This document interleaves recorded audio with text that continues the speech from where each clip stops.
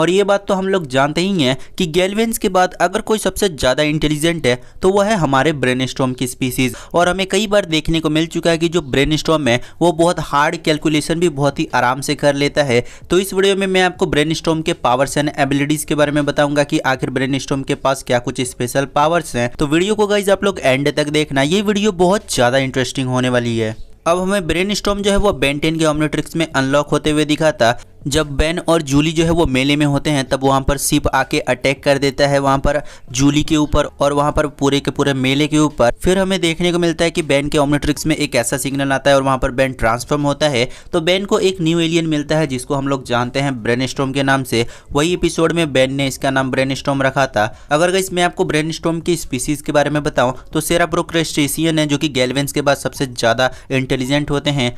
अगर गाइस मैं आपको ब्रेनस्टॉर्म के पावर्स एंड एबिलिटीज बताऊं तो इनहेंस स्ट्रेंथ है, इनहेंस ड्यूरेबिलिटी है, इनहेंस एजिलिटी है, इनहेंस इंटेलिजेंस है। हमें एक बार देखने को भी मिला था कि जो ब्रेनस्टॉर्म है वो बहुत हार्ड कैलकुलेशन को भी बहुत ही आराम से कर लेता है। इसके पास इलेक्ट्रोनाइसिस के पावर है, यानी कि ये अपने इलेक्ट्रिसिटी से किसी को भी अटैक कर सकता है। अंडर वाटर ब्रीदिंग कर सकता है ये। इसके अलावा इसके पास कोल्ड रेसिडेंस है, यानी कि ये आराम से ठंडे जगह में भी सर्वाइव कर सकता है। इसके अलावा इसके पास इलेक्ट्रिक फोर्स फील्ड है, यानी कि ये अपने चारों तरफ एक ऐसा ढाल बना लेता है अपने ही बिजली से कि बाहर का कोई भी अटैक उस पर इफेक्ट नहीं करता है। इसके अलावा इसके पास इलेक्ट्रिक फाइल्ड वेव्स हैं, यानी कि ये अपने हाथों से भी इलेक्ट्रिक वेव्स निकाल सकता है। इसके अलावा इसके पास इलेक्ट्रिक ब्रीम्स हैं जो कि ये दूसरे लोगों को भी अपने हाथ से कंट्रोल कर सकता है।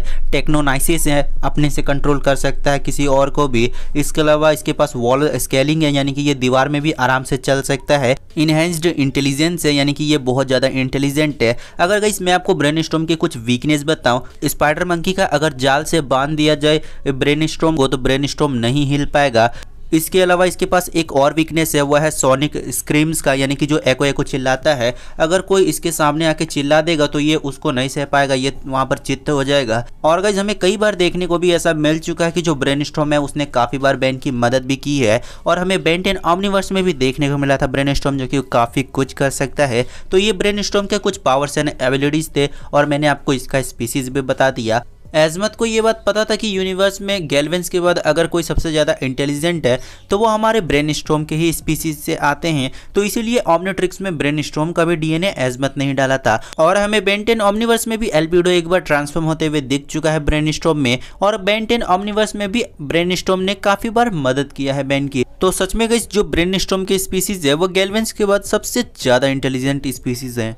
और गाइस आप लोग नीचे कमेंट करके बताना कि आपको अब नेक्स्ट कौन से एलियंस के पावर्स एंड एबिलिटीज जानने हैं। और अगर आपको ये वीडियो पसंद आया तो वीडियो को लाइक कर दीजिए, चैनल पर नए हो तो चैनल को सब्सक्राइब करके बेल आइकन को प्रेस कर दीजिए।